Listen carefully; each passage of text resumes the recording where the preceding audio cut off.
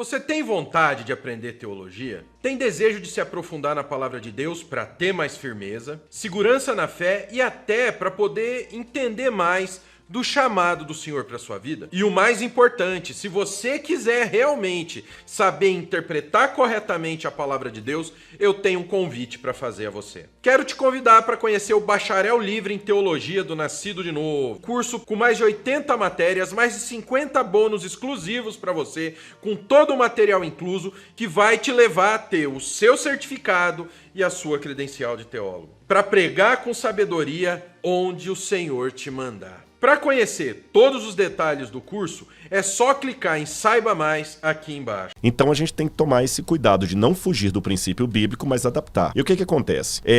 A ideia dos músicos gospel hoje, ela é muito nova e tem muitos que fazem um trabalho maravilhoso. Mas algumas coisas, se não forem bem normatizadas, elas podem fugir um pouquinho assim. Por exemplo, você sabe que hoje nós temos o consumidor espiritual. Isso é perigoso por um lado. Por quê?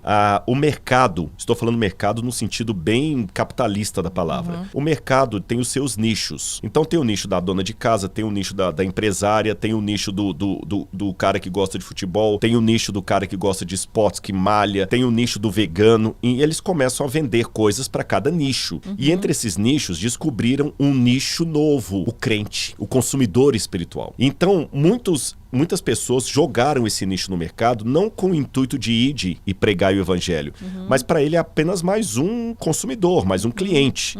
E aí começam a fazer algumas coisas que começam a beirar aquilo que Paulo chamou de mercadejar a palavra de Deus. Uma palavra forte, mercadejar quer dizer vender a palavra de Deus. Lembremos que Jesus um dia pegou um chicote e fez um estrago lá nos vendilhões do templo. A gente tem que tomar cuidado com isso. Então, em que pese o fato de que há músicos que fazem um trabalho extraordinário, maravilhoso, há aqueles que querem apenas aproveitar a onda midiática. Eu quero ser famoso no meio evangélico e vou produzir coisas para os evangélicos consumirem também. Então, a gente tem que tomar cuidado com isso. Os pregadores também não estão isentos disso, de eu deixar de ser um pregador da palavra de Deus para ser apenas um palestrante de autoajuda. Há uma diferença entre ser um pregador e um palestrante de autoajuda. Agora, isto colocado, eu acho que as igrejas têm que normatizar quais seriam os critérios para considerarmos um músico um ministro de louvor ou um músico apenas um cantor gospel, que para mim não são sinônimos perfeitos. E às vezes não há nenhum demérito em ser apenas um cantor gospel. Às vezes a pessoa fala, não, só quero ser um cantor e vou viver da minha música. Coloco lá no Spotify e ganho dela. Agora, uma notinha de rodapé.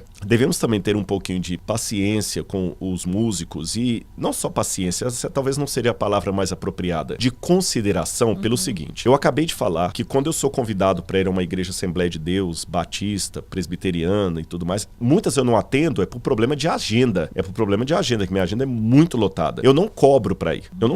Mas eu posso me dar ao luxo de não cobrar para ir. Por quê? Por causa do que eu falei anteriormente. Todo salário vai lá caindo na minha conta. Sim. Quer eu pregue na Assembleia de Deus ou não, o meu salário tá caindo ali. Agora, o cantor não. Ele não tem uma igreja por detrás dele que o banque. Então ele tem que viver o quê? Da música. E há muitos músicos que eu conheço que cantam muito bem, mas durante a semana ele tem a profissão dele. Ele trabalha, sei lá, ele é um contador, ele é um farmacêutico, mas ele tem uma voz maravilhosa, mas não dá pra viver da música. Então, no sábado e domingo, ele sai pra cantar nas igrejas. E muitos irmãos, talvez na simplicidade, falam assim, nossa, você canta tão bem, minha filha vai casar, você pode ir lá cantar? Vamos pensar um pouquinho, irmãos, principalmente para as mulheres. Não é questão de vaidade. Você vai num casamento cantar. Vamos supor que você cante agora, Karina. Você vai num casamento cantar. Aí todo mundo tá tirando foto com você ali, porque você é Karina, famosa, cantora e tudo mais, e tá postando nas redes sociais. Aí eu achei lindo, você vai cantar no meu casamento. Você não vai com o mesmo vestido.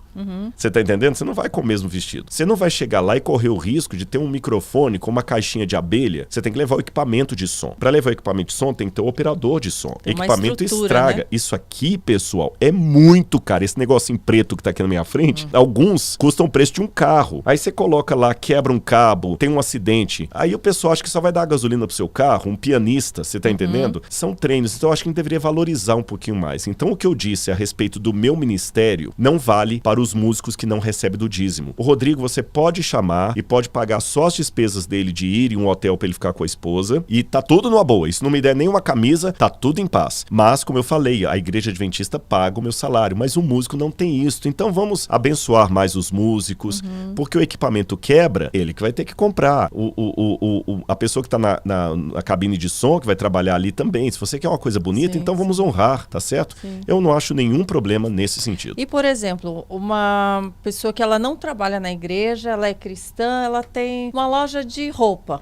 E ela resolve começar a ter roupas com frases de Jesus e tal. Isso é considerado ruim porque ela está usando do mercado do público cristão? Eu acho que a diferença... Sendo que é algo que ela mesma usaria, Exatamente. que ela gostaria de ter, que ela acha que ela está levando a mensagem de alguma forma. Depende da intenção disso. Vou até colocar diferente. Se eu responder que não, que é errado, eu vou até criar um problema ético mais sério ainda. A igreja faz um congresso. Vamos pôr lá, vamos fazer um congresso para a juventude, mas vamos tipo, chamar... é algo que só a igreja pode fazer? Não.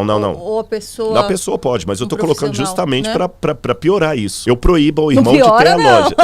Só para provocar o pessoal. Eu proíbo o irmão de ter a lojinha das camisetas lá. Mas aí a igreja vai fazer um congresso e o título do congresso é Unidos com Cristo. E eu quero todo mundo com a camiseta, Unidos com Cristo. Daí vai pedir pra aí fábrica eu vou pedir fazer. para a fábrica fazer, sendo que eu poderia... Eu acho que não há problema nenhum.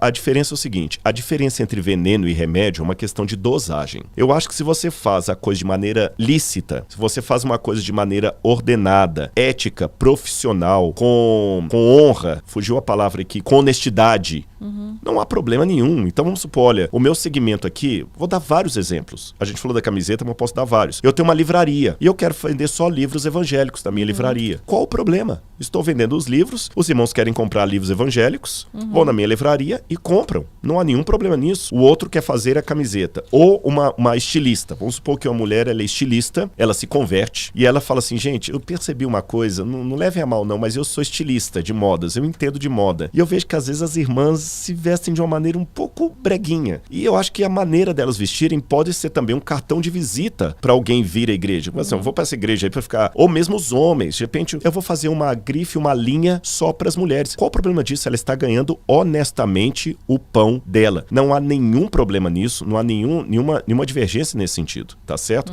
Agora, o problema que eu viria com esse tipo de trabalho seria o seguinte, aí que fala que a diferença entre veneno e remédio é a dosagem. A partir do momento em que a pessoa começa, por exemplo, vou dar exemplo para você. Eu sou cantor gospel, né? Tá certo. Eu quero cobrar aí para ir... Quem me chamou foi um conjunto de igrejas simples, com irmãos simples. Eu falo assim, pois é, eu só vou se tiver 30 mil reais de cachê. E eu chego lá e eu começo a fazer várias exigências, como se fosse Michael Jackson se apresentando no Rock in Rio. Você tá entendendo? Peraí. Aí já perdeu o sentido para mim. Sim. Ou quem sabe, uma irmã que faz uma linha de roupas assim, mas ela faz também de um jeito que não é o jeito bíblico da modéstia cristã.